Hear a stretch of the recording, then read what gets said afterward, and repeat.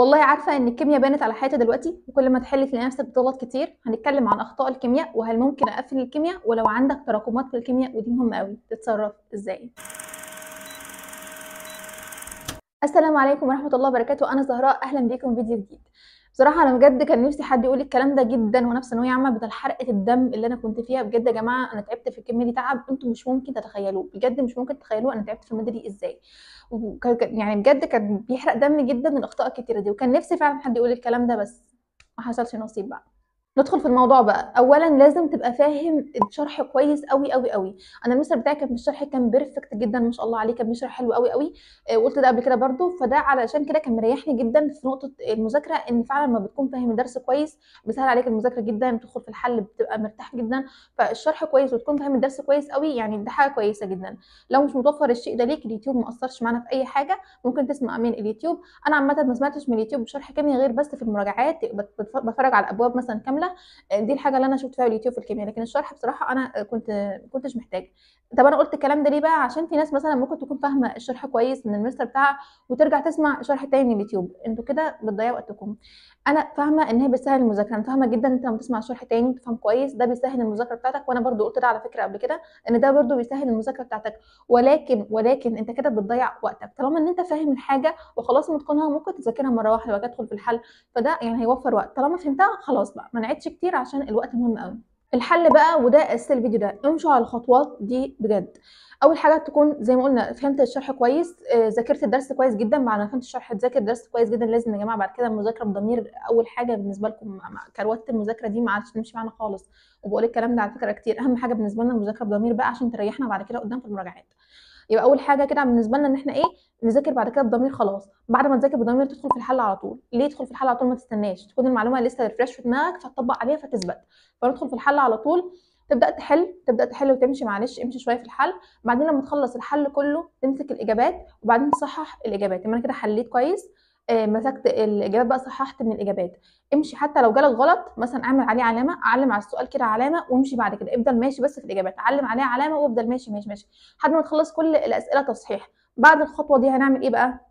بعد ما تخلص كل الاسئله تصحيح، انت علمت على علامات الغلط، ترجع تفكر فيهم تاني. انت اصلا بعد ما تصححهم كلهم كده انت هتكون نسيت الاجابه كانت الف ولا باء ولا جيم ولا دال، تمام؟ فانا فعلا كنت بنسى الاجابه، فافكر في السؤال تاني اللي انا علمت عليه ده، وفي الغالب وبنسبه كبيره جدا بحلها صح. بنسبه كبيره جدا انا برجع احلها صح تاني لما افكر فيها مره تانيه. طيب فكرت فيها مره تانيه وما عرفتش، تجيب اليوتيوب تعمل مشي الفيديو عند السؤال اللي انت عايزه وتفهمه كويس قوي، تقفل اليوتيوب تعمل تشيك وتعمل صح اللي هو خلاص في التو دو ليست بتاعتك ان انت خلصت. بجد الخطوات دي امشوا عليها. فهمت كويس، حل مره واحده، حل كله صحح. بعد كده علم على الغلط، بعد كده فكر في الغلط تاني، بعد كده ما عرفتش خالص تقوم جايبه من اليوتيوب.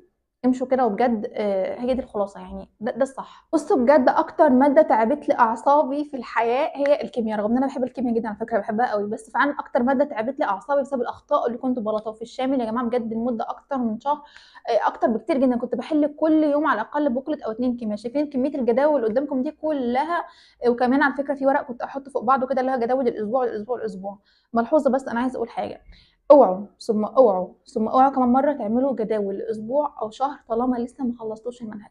طالما لسه ما خلصتش المنهج، بصوا انا خبره في الجداول، انا حياتي كلها بجد عباره عن جداول. اي حد متابعني هنا من الاول هو عارف ان انا فعلا كل خطوه في حياتي ماشيه بجداول. انا خبره جدا في الجداول. فصدقوني اي جدول دلوقتي الاسبوع او شهر او اي حاجه هتتعبكم نفسيا جدا، هتتعبكم نفسيا وهتحمل عليكم ضغط كبير. انت لسه انسان ما خلصش المنهج، لسه فعلا ما خلصش المنهج.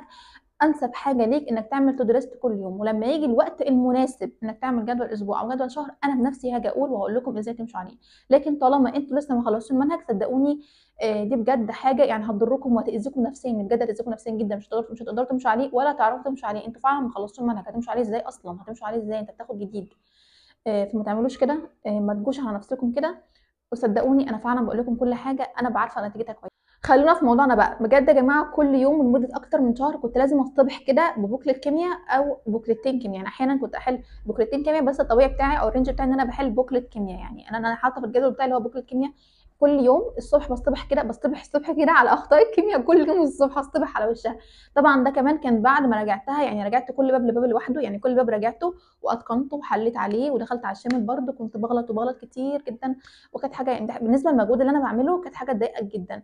وفضلت كده لحد امتى بقى؟ الحمد لله بفضل الله فضلت كده لحد ليله الامتحان. فضلت كده لحد ليله الامتحان. واول امتحان احله صح في حياتي كله كان امتحان اخر السنه. يعني شفت المحاولات البائسه اللي انا عشتها، وشفت المحاولات الفاشله اللي انا عشتها دي كلها، كان انسب وقت واكتر وقت يعني هو ده الصح، وامتحان الصح الوحيد اللي انا حليته كان امتحان اخر السنه، اللي هو الامتحان الحقيقي بتاع اخر السنه. خلاصه الكلام، ربنا بيعين لك النصر والتوفيق في المكان اللي انت فعلا محتاجه، والمكان اللي انت فعلا تستاهله.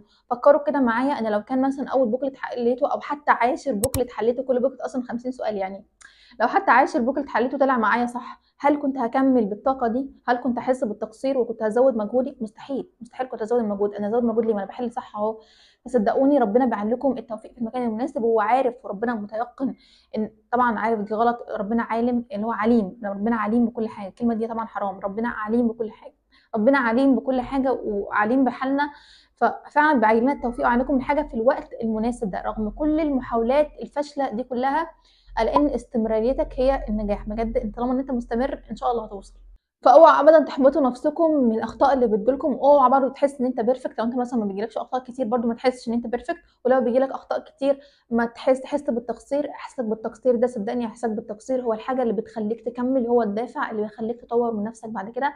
انا حبيت اطمنكم بالكلام ده، لان انا فعلا كان نفسي اسمعه، وانا في مكانكم كده انا بجد كان نفسي اسمعه. لو عندك بقى تراكمات في الكيمياء، بصوا بجد ثانويه عامه كلها السنه اللي فاتت والسنه اللي قبلها، عشان سنتين النظام الجديد يعني، كلهم بجد اشتكوا من الكيمياء، يعني بجد اجمعهم اشتكوا من الكيمياء الا من رحم ربي. حتى انا برضو رغم استمراريتي ورغم ان انا على فكره بحب الكيمياء وفعلا كنت بذاكرها كويس قوي، يمكن اشتكيت فيها برضو من الاخطاء ديت، بس برضو كنت الحمد لله لحد ما يعني كنت الحمد لله حلوه، يعني مستواي كان كويس جدا الحمد لله يعني. ولكن برضو كلهم اشتكوا من الكيمياء. فبلاش تراكمات الكيمياء.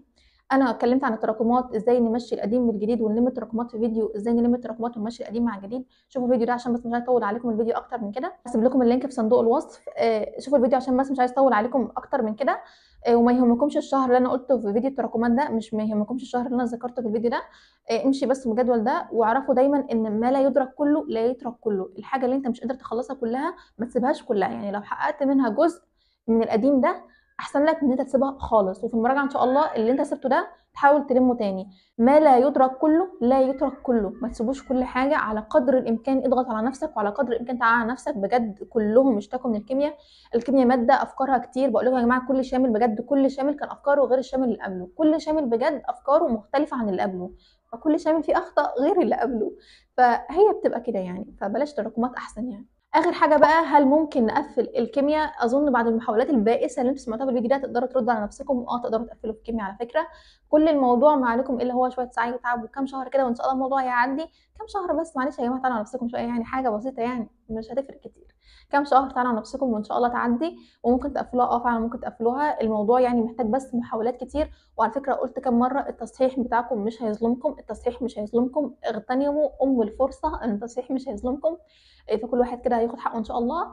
ودي حاجه في حد ذاتها كويسه، وان شاء الله فعلا تقدروا تقفلوها. شويه مجهود وما تزعلوش من اخطاء كتير. اظن انتوا سمعتوا يعني من الفيديو حاجات كتير. وبس كده وصلنا اخر الفيديو بتاع النهارده. اتمنى فعلا اكون افدتكم واطمنتم يعني شويه كده. ما تنسوش تعملوا لايك للفيديو، وتعملوا اشتراك في القناه، وفولو على الانستجرام، وفولو على الفيسبوك، وفولو على التيك توك. ان شاء الله هشوفكم فيديو جديد. باي باي.